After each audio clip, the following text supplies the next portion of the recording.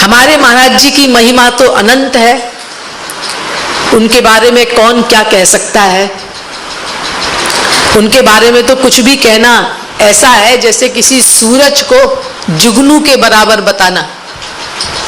कोई नहीं कह सकता उनके विषय में। मैं तो एक क्षुद्र पापात्मा नारकीय जीव हूँ, ढोंगी पाखंडी नीच हूँ। मैं क्या कहूँगी उनके बारे में। मेरा तो केवल लोक रंजन का लक्ष्य है, बातें बनाती हूँ। आप लोग सोचते होंगे कि ये कुछ है, इनके अंदर कुछ भक्ति है, लेकिन मैं तो महानिकृष्ट हूँ, मेरे अंदर तो कुछ नहीं है। मैं तो उनके बारे में क्या कहूँगी। लेकिन वास्तविकता यह है कि उनकी महानता का वर्णन तो अनंत कोटि सरस्वती बृहस्पति भी नहीं कर सकते। उनकी महानता का वर्णन स्वयं ब्रह्मा शंकर नहीं कर सकते।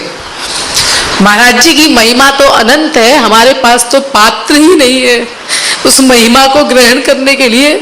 लेकिन हमने जितनी महिमा का अनुभव किया है, जो क्षुद्र अंश का हमारा ये पापी मन अनुभव कर सका है, वो ही इतनी अनंत है कि मैं उसके एक क्षुद्र अंश का भी शब्दों में वर्णन नहीं कर सकती।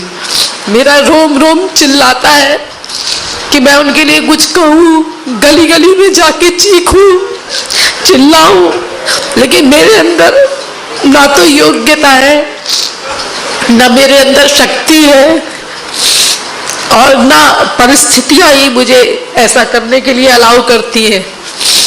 लेकिन मेरा मन बहुत तड़पता है कि हमारे महाराज जी जो ऐसे अद्वितीय अवतार थे, जिन्होंने हमारे साथ इतना परिश्रम किया, इतना कष्ट सहा, हर प्रकार का कष्ट सहा, यहाँ तक कि उनकी खिलाफत करने वालों ने, महाराज जी ने जब लोगों के पाखंड का विरोध किया, ये मंत्र देना, दीक्षा देना, वो हर प्रकार की गलत बातों का विरोध करते थे, क्योंकि उनका कर्तव्य था जगत गुरु होने के नाते। तो लोगों ने उनकी बहुत खिलाफत की।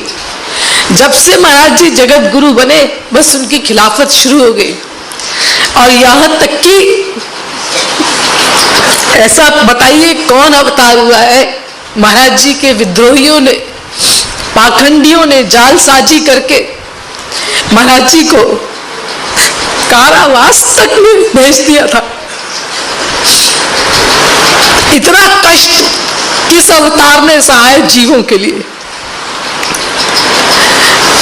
और निर्दोष सिद्ध होने के बाद भी और उनके लिए छिद्रान्वेषण करते रहे, कैसे इनके खिलाफत करने को मिले। लेकिन हमारे महाराज जी कभी कुछ नहीं बोलते थे।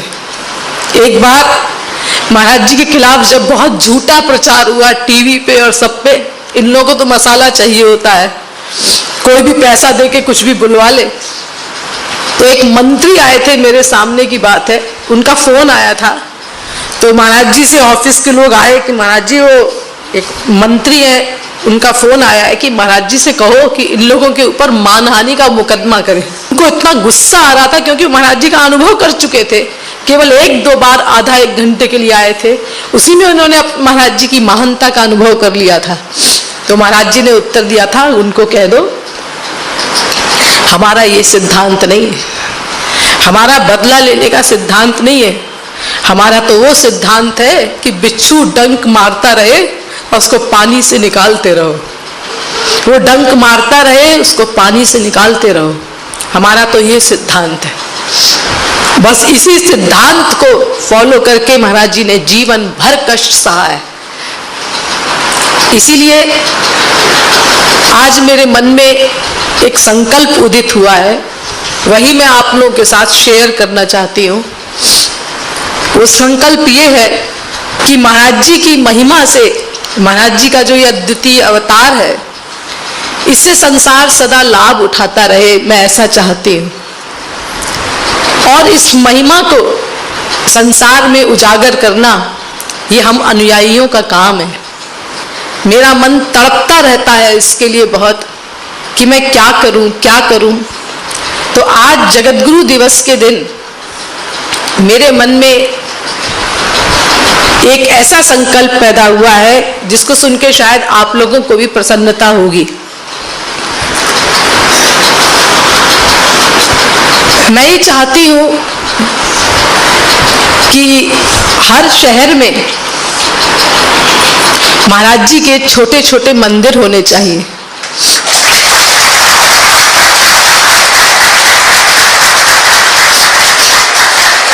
मैं छोटे छोटे इसीलिए कह रही हूँ, मंदिर तो बड़े बड़े होने चाहिए, लेकिन छोटे छोटे मैं इसीलिए कह रही हूँ क्योंकि मैं बहुत छोटी हूँ, मेरे पास कोई हैसियत नहीं है और मुझे नहीं लगता कि इस मामले में आप लोगों को छोड़कर, यानी मेरे बच्चों को छोड़कर, मेरी कोई सहायता करेगा।